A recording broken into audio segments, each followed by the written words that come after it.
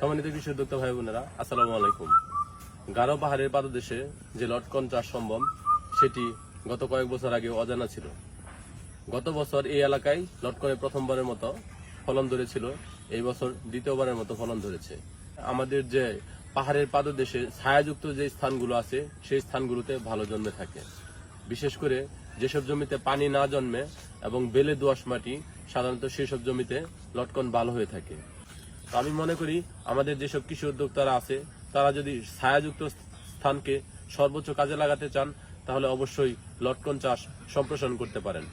এই লটকনের ব্যাপক পুষ্টি গুণাগুণ রয়েছে, পাশাপাশি বাজারে এটার ব্যাপক চাহিদা রয়েছে। দেখা গেছে যে বর্তমান বাজারে এই লটকন প্রায় 100 থেকে 120 টাকা কেজি দরে বিক্রি হচ্ছে। অন্যান্য সকল ফসলের তুলনায় লটকনে পরিচর্যা কম লাগে, পাশাপাশি এই ফসলে রোগ এবং পোকার আক্রমণ নেই বললেই চলে। তো আমরা যদি আমাদের খরপোশের কৃষিকে খুব শীঘ্রই বাণিজ্যিক কৃষিতে রূপান্তর করতে চাই তাহলে অবশ্যই আমাদের এসব উচ্চ মূল্যের ফসলের চাষাবাদে এগিয়ে আসতে হবে। আমরা মনে করি যেভাবে আমাদের দেশে লটকনের চাষ দিন দিন বৃদ্ধি পাচ্ছে, একসময় আমাদের এই লটকন হয়তোবা আমরা বাইরের দেশে রপ্তানি করতে পারবো। এই লটকন বাগানটি করেছেন, আমরা ওনার সাথে কথা বলবো। তো আপনি একটু আপনার পরিচয় দেন। আমি মোহাম্মদ হামিদুল্লাহ, আমি নলকুড়া ইউনিয়নের ইউপি সদস্য, পাশাপাশি আমি কৃষিকাজে সম্পৃক্ত থাকি আর কি। আপনার এই বাগানে কতটি লটকন গাছ আছে? আমার এই বাগানে নতুন গাছ ফল ধরুনতি আছে 38টা। 38টি গাছকে আপনি বিক্রি করে দিচ্ছেন? জি, আমি গাছ ফল বিক্রি করছি, মানে পাইকাররা ফলটি পাইরা নিয়ে যাবো। কত টাকা বিক্রি করছেন?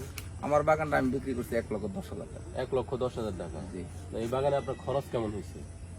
এটা তো খরচ লাগে না, আমি চারা নরসিং থেকে নিয়ে আসছিলাম, চারা কিনতে টাকা লাগে নাই।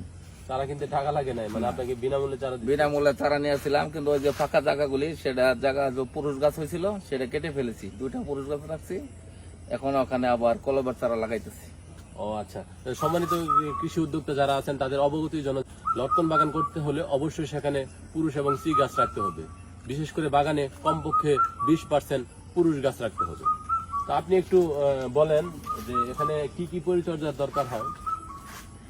এই বছরে একবার আপনার ডালপালা ছাঁটাই করে দেওয়া লাগে, আর খরানের শেষের দিকে মাটিটা কুবাই দেওয়া লাগে। কুবাই কিছু সার দিলে আবার মনে করেন যে প্রথম বৃষ্টির দিকে, যখন প্রথম বৃষ্টি হয় তখন একটু সার দিয়া কিছু কীটনাশক স্প্রে করা লাগে 2-1 বার মাত্র।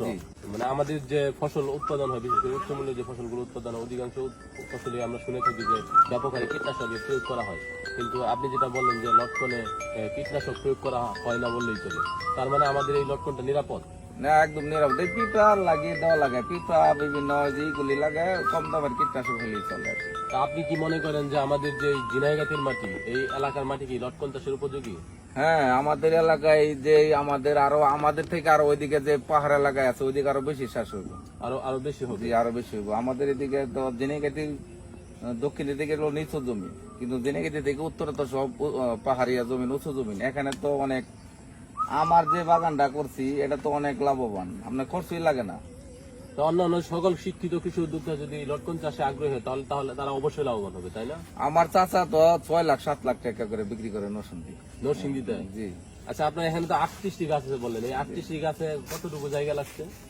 জায়গা তো বেশি লাগে না, কিন্তু আমার যে পুরুষ গাছে হওয়ার থেকে একটু পাতলা হয়ে গেছে। মানে আপনার বেশি পুরুষ গাছ ছিল? জি, বেশি পুরুষ গাছ। আমি লাগাইছিলাম 120টা গাছ, কিন্তু আসলে অর্ধেক পুরুষ গাছ হয়ে গেছে। না, আসলে দেখা গেছে যে বাগানের শুরুতে আসলে তো পুরুষ গাছ চেনার কোনো সুযোগ নাই। যখন ফুল আসে তখনই বোঝা যায় কোনটি পুরুষ গাছ এবং কোনটি স্ত্রী গাছ। কিন্তু আমরা সাধারণত বলি যে 20% পুরুষ গাছ রেখে বাকিগুলো কেটে ফেলার জন্য।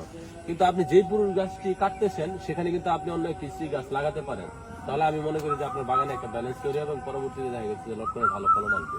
জি, পুরুষ গাছ আমি রাখছি 3টা গাছ রাখছি, 38টা গাছের মধ্যে 3টা রাখছি। কম হয়ে গেছে আমার মনে হয়। বিষয় হলো আরো গাছ আমার আছে, এখনো ধরে নাই। এখন যে চারা লাগাতে হয় না তো স্যার, এখন এই যে কলবার চারা লাগালে এটা স্ত্রী গাছ হয়ে যাবে, এখন নিশ্চিত যে এটা স্ত্রী হবে। আচ্ছা, মোটামুটি একটা গাছ থেকে ফল আসতে কতদিন লাগে? লটকনের চারা যদি আপনি চারা লাগান তাহলে 6 বছর লাগে, আর কলম লাগালে 4 বছর থেকেই ফল ধরা শুরু। কলম লাগালে 4 বছর থেকে ফল আসে। আচ্ছা, মানে 4 বছর থেকে কি হারভেস্ট করার উপযোগী হয়? 4 বছর থেকে যদি হয় আর কি, একটা গাছে 4 কেজি 5 কেজি করে ধরে আর 5 কি। কেজি করে ধরে, মানে মোটামুটি ভালো ফলন আসে কতদিন? আমার এই গাছটার বয়স হলো 12 বছর, 12 বছর। কিন্তু এটার মধ্যে 5 মণ হয়। গতবার 5 মণ আছে, এবার 5 মণের বেশি হয়ে গাছটা। একটি গাছে 5 মণ। যে এই যে এই গাছটা দেখতেছেন, এটা থেকে 5 মণের বেশি হবে। তার মানে আপনি যে পাইকারদের কাছে এগুলো বিক্রি করে দিচ্ছেন, তারা এখান থেকে নিয়ে যাবে, আপনার আর কোনো পরিশ্রম নেই? না, আমার কোনো, তারা কেটাই না, মাই পায় যে কালকেও নিয়ে গেছে, প্রায় 7-8 মণের মতো নিয়ে গেছে, আর আগের দিন নিয়ে গেছে 16 মণ, একদিনই বাড়ি নিয়ে গেছে। ও আচ্ছা, ওরা আপনাকে জামাল ধন্যবাদ। আমি কৃষি উদ্যোক্তা যারা আছেন, তারা যদি সবাই লটকন চাষে আগ্রহী হন, আমি মনে করি যে আমাদের যে খরগোশের কৃষির কথা বলা হয়, সেই কৃষি খুব দ্রুতই বাণিজ্যিক কৃষিতে রূপান্তরিত হবে এবং আমাদের দেশের লটকন একসময় বিদেশে রপ্তানি হবে। ধন্যবাদ সবাইকে। আসসালামু আলাইকুম। সম্মানিত কৃষি উদ্যোক্তা, আপনাদের অবগতির জন্য আরো জানানো যাচ্ছে যে এই সেই 5 বছর বয়সী গাছ, দেখেন এই গাছে কি পরিমাণ লটকন ধরে আছে। লটকন চাষের পাশাপাশি সেই ছায়াযুক্ত স্থানে আমরা সারা বছর আদা এবং হলুদ চাষ করতে পারি। তো আমি মনে করি যে অনেকেই ভাবতে পারেন যে আমার জায়গাটা তো সারা বছর পতিত পড়ে থাকবে। আসলে সারা বছর পতিত পড়ে থাকার সুযোগ নাই। সেই ছায়াযুক্ত স্থানটাকেও আমরা সর্বোচ্চ ব্যবহার করে আদা হলুদ চাষ করে পাশাপাশি আমরা বাড়তি টাকা ইনকাম করতে পারি।